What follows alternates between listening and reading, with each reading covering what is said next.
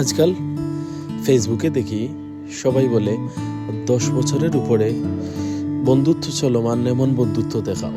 তখন আমি হেসে উঠি, বলি আমাদের বয়স যত, আমাদের বন্ধুত্বের বয়স ঠিক ততটাই। শৈশব থেকে কৈশোর, জীবনের সকল চড়াই উতরাইয়ে, সকল দুঃখ সুখে আমরা একসাথে, আজ অবধি আমাদের বন্ধুত্ব চলমান। সেদিন আয়নার সামনে দাঁড়াতেই দেখি অনেকগুলো চুল মাথার পেকে গেছে। তৎক্ষণাৎ সবাই মিলে সিদ্ধান্ত নিলাম জীবনটাকে নতুন করে শুরু করার। পরিবার, সাময়িক ব্যস্ততা সবকিছু একপাশে রেখে একটা ট্যুরে যেতে হবে। বিদেশ বা দেশের মধ্যে কাজের ব্যস্ততায় অনেকেই আমাদের সাথে ইচ্ছা থাকা সত্ত্বেও এড হতে পারে নাই। তাই 4 বন্ধু মিলে শুরু হলো আমাদের ভ্রমণ যাত্রা।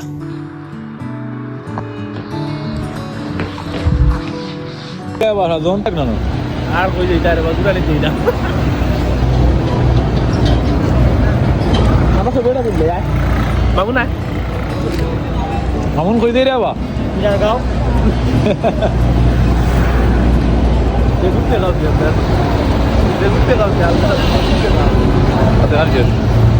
আমি তোমরা ক্যামেরা ধরা আছে আল্লাহ আল্লাহ তোরা লাগাইতে দাও আল্লাহ দুটো গালি দিতেছে ঢুকে গান শান্তি না বেটা গান তায়েব আমরা গাড়ি না শান্তি ও শান্তি আপনার এখানে শান্তি আপনার কিছু করার আছে? আমার কোন দাঁড়ানো গাড়ি আনা ও আইছে গাড়ি, ও গাড়ি আছে ভাই।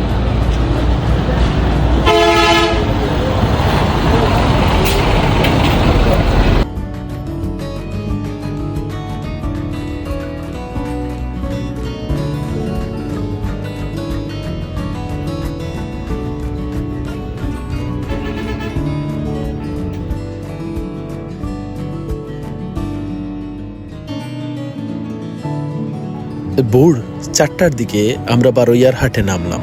সেখান থেকে সিএনজি যুগে মিরসরাইয়ের উদ্দেশ্যে যাত্রা।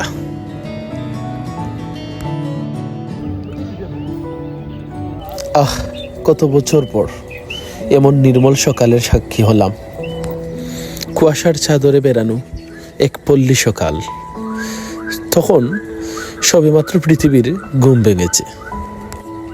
মিরসরাইয়ের এক গ্রামীণ জনপদের মেঠো পথ ধরে এগিয়ে চলছি আমরা 4 বন্ধু এক নতুন উদ্দেশ্যের খোঁজে।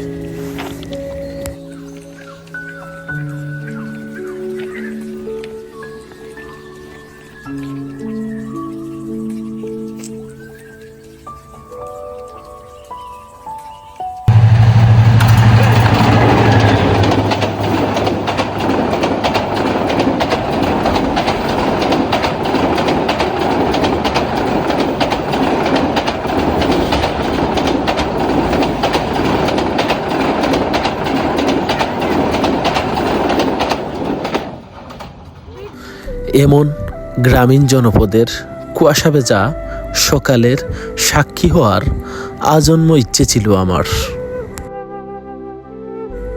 এক নতুন অভিজ্ঞতার সন্ধান পেলাম। চারিদিকে শুধু সবুজ আর সবুজ।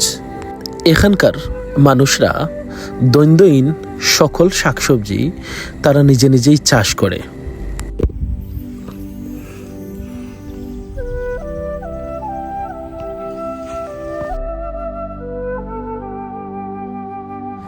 চারিদিকে এত সবুজ আর সবুজ, এ যেন সুজলা সুফলা এক বাংলার প্রতিচ্ছবি দেখতে পেলাম। পার্বত্য অঞ্চল ভ্রমণের প্রথম দিন প্রকৃতিকে এত কাছ থেকে আলিঙ্গন করার মধ্যে এক অপূর্ব স্নিগ্ধ অনুভূতি পেলাম, যা ভাষায় প্রকাশ করার মতো না। 4 বন্ধুর এমন প্রকৃতিতে থাকার মনোবাসনা থাকা সত্ত্বেও আমাদের ফিরতে হবে।